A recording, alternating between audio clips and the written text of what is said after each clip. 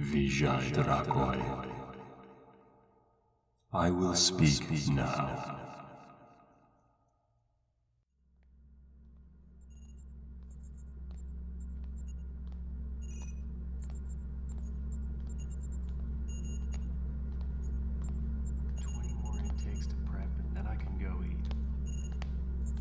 God, but I hate working colony transport shifts. Oh, hey there. I thought everyone in your batch was asleep by now. Guess I was wrong. Yes, with the new methods of hibernation we use, clients are completely asleep well before the final freezing process. You take your pills, put on your electrodes, get a mild current through your body to help you relax. And it takes most people about half an hour to drop off, and by the time we load them into the transport pods, they're damn near comatose anyway. The pods take care of the final sleep to freezing process while the cargo handlers load them onto the transport vessel. But I suppose you know that already. You did read through all the informational literature during the orientation meetings, right? Okay then. Some people don't, you know. Somehow they make it all the way to me and have no idea what's actually going to happen to them. I get one like that now and then. Didn't mean to necessarily imply that you're one of them. But I do need to ask, you took the pills, right? Okay, guess they must be taking their time then. No problem. Some folk just can't get to sleep on the regular hibernation prep medications. We have alternatives for that. Well, there are more pills. Those might take a while to kick in, and while they're the least stressful method, maybe you don't want to be awake for much longer anyway. I mean, you just want to get this over and done, right? Don't want to be awake and thinking about the big freeze longer than you have to, I mean.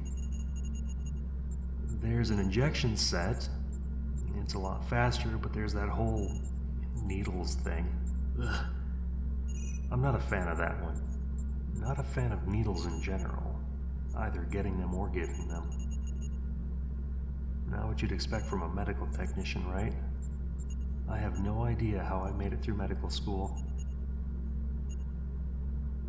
Your third option is the gas.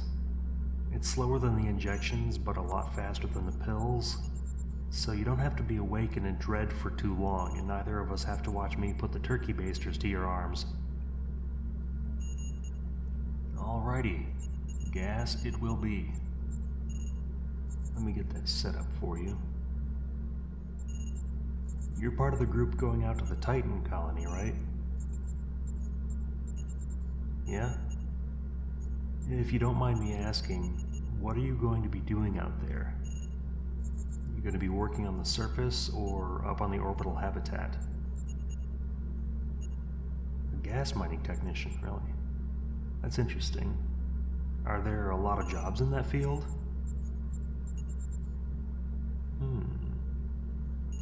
Does it pay well? Well, that's good. Here, I'm gonna stick this mask on you. It's gonna stick to your skin just a bit, but don't worry. It'll come off before you go into your hibernation pod. Just breathe in normally. Try to relax and don't think about anything in particular. You'll be out in a couple of minutes. No, you're not gonna dream. Hibernation sleep isn't like regular sleep. It's much closer to a coma state and really just a hair away from being dead. Some people have reported dreaming while in cryogenic hibernation, but that's never been proven in medical studies. We think it's either a last little hurrah of neurons firing off before hibernation, or else it's just a weird jumble of signals as the brain is waking up again at the end of the trip, and the mind interprets that as a dream. You know, like that weird dream state a lot of people get in that split second between awakening and becoming consciously awake. But no dreams for you. You'll just go to sleep here and wake up at Titan Colony. We'll get you into your hibernation tube once you're unconscious, and the automated transfer vessel will do the rest. sleepy already. Don't try to fight it. Let your eyes close. It's just like going to sleep. The next face you see will be one of the medical technicians on Titan. Just close your eyes and let everything drift away.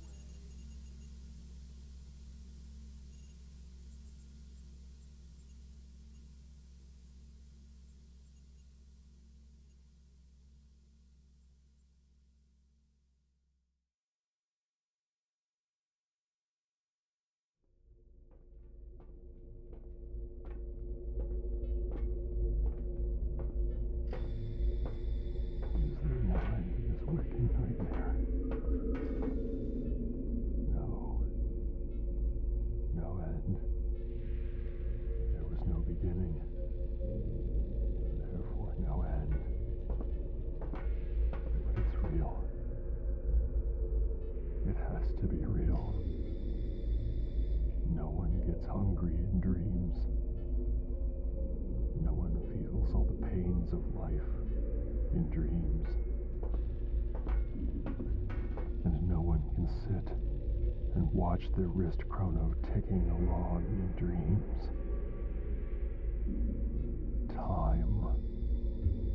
Time is reality here. Time is real here. Time is steady. The body feels time. The body follows time. The body requires food. So, which one is it going to be this time? Decisions.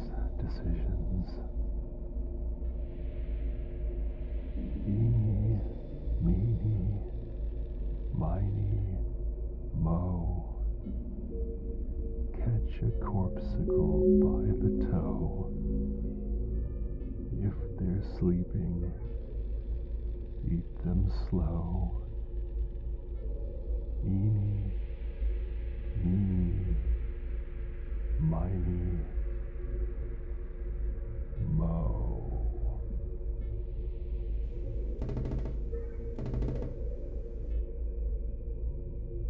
I guess it's your turn now. Worse luck for you. But a man has to eat.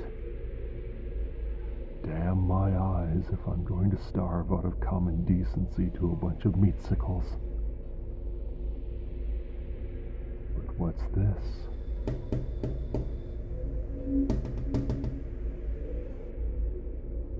Well. What have we here? Another one of the damned. What are the odds? Your eyes are open. You're awake. I know it. I can see your eyes looking at my hand when I move it around. You have no idea of the hell you've awakened into. If you believe in a god, I'd suggest very strongly that you start praying you fall back asleep. Only I highly doubt that will happen, because if you're awake in the middle of a cryosleep voyage, that means you're like me, and you're not going to go back to sleep. You can't move anything but your eyes, can you? No, of course not. It takes a huge effort of will to shake off the hibernation drugs like I did. It's not supposed to happen. You're not supposed to wake up in the middle of it. But then again, neither was I. But here we are now. You just barely awake in your hibernation pod. And me, all alone by myself. except for the other meat sickles, and I really don't count them. Honestly, they're the lucky ones. They went to sleep all nice and quiet, and they may never wake up again, but they'd never know it. Me, though.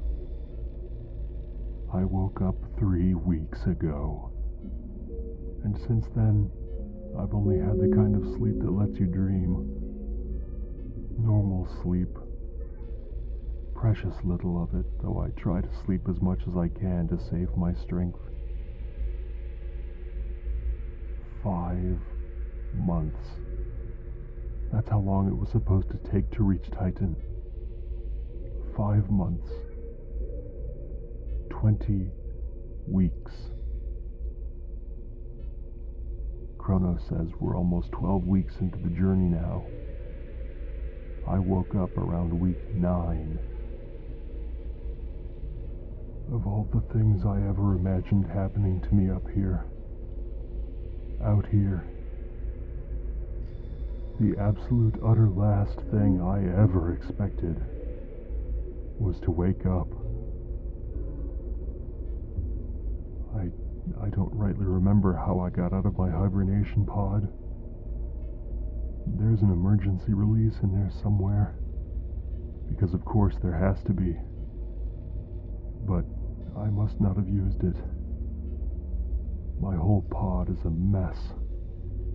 Looks like some kind of animal just burst its way out of there. An animal, or a very desperate madman. There's air in here. The whole cargo bay has atmosphere, for whatever reason. Not sure why an automated cryotransport keeps the life support on this high, but I'm not complaining. I need the air, after all. 3 minutes, 3 days, 3 weeks, you know. Your body can go about 3 minutes without air before the really bad stuff starts happening. Cargo bay has pressure and oxygen. Life support seems to be scrubbing the CO2, so that's fine. 3 days without water. Another bad situation avoided. I did a bit of looking around the place. A bit of unauthorized plumbing work. A bit of creative rewiring and rerouting. A regular old handyman I am. It got me a pretty decent supply of what I'm fairly sure is mostly clean water. Not sure how long it'll last. Weeks at least. Hopefully it'll last long enough to reach Titan. 3 weeks without food, though. That's the last of the 3s. And the most worrisome. There's air. And there's water. But what's a man to do for food when he's locked up inside an automated freezer that's months away from any place? Just my luck. It's a very well-stocked freezer. Good luck for me.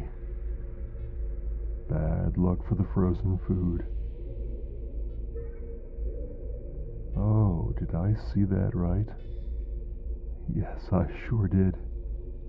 Your eyes just got so wide. That's right. I've been keeping myself alive on forbidden feastings, sating my hunger with strange and uncouth meats, surviving on abominable viands. But don't think for one instant that I enjoy it, because I absolutely do not. I'm stuck here in this automated tin can with nothing to eat but them. They have faces, families, histories, but they also have caloric value, and I am not going to die up here. I'm not going to die. Not for them. I have a face and a family. And I'm me. I have to watch out for me. I have to take care of me. It's not my fault I'm a light sleeper. I never asked for any of this. I never wanted to wake up in the middle of everything. But I'm not going to do anything foolish and noble. I want to live. Very, very badly I want to live. And I mean to. If that makes me a monster, so be it. But the folk on the other end will understand. They have to. If they were in my position, they'd absolutely do what I've done.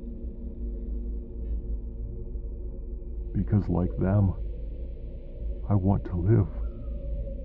And I am doing what I have to get by. Every few days,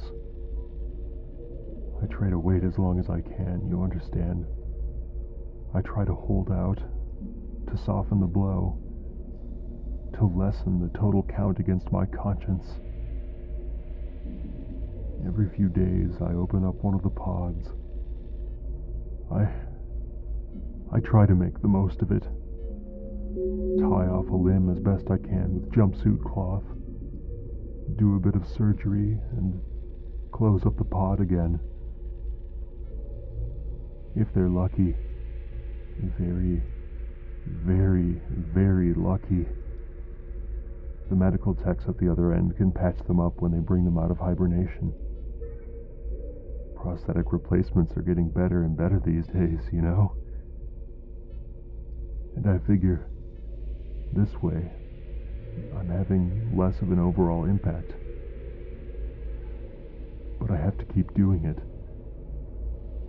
There's only so much meat on an arm.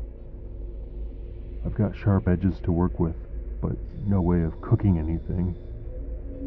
So I have to eat it before it gets gamey. I'm trying to make the supply last as long as I can, you know? In case the trip takes longer than expected. I could be out here for a very long time. We could be out here for a very long time. Yes, we. I honestly don't know if you'll fall asleep again. I hope you do. But I fear that you won't. If you do, if by some great miracle you do drop back into the hibernation sequence, then I promise you, I will check on you every day. I will make sure your vital signs are steady, and if it comes right down to it, I'll save you until the very, very last. And if you don't sleep, well, in that case, we're going to have to figure out how to stretch the water supply. And we're going to have to start portioning the food out a little differently. But we can make it work. We have to. And either way, I'll need you as a witness. You're a light sleeper, just like me. Maybe they won't believe one person, but they'll have to believe two. It's a hell of a story we'll have to tell when we get to Titan. We're anomalies. Medical aberrations. Scientifically interesting. It's important that people find out that it's possible for folk to wake up from cryosleep. It happened to both of us. Maybe it's pretty long odds that we both happen to be on the same transport. But it's happened, and we're here, and we're awake. At least, I have been, and you are now. Maybe you'll go back under. Maybe not. Only time will tell. We certainly seem to have plenty of that. Now, I have to go do something dreadfully uncivilized. And in deference to your, shall we say, confined condition and uncertain mental state, I'll leave you alone to your thoughts. Try to go back to sleep if you can. Try like hell. I wish you the best of luck in the endeavor. If you can't, well, if you can't sleep, try your best to start moving again. The emergency release lever is that big red thing just over your head. Make some noise when you open it. I'll hear you. We'll get through this. If you can sleep, you can speak for me on the other end, if I make it. Or even if I don't, you have to tell them what you've heard, what you've seen, all of it. And if you can't sleep, then we're going to have some surviving to do, the both of us. I refuse to die out here. Not like this. Not when I have a way to stick it out until we reach the end of the voyage. I hope you're made of similar stuff. Now, go to sleep, if you can. I need to go see a man about some dinner.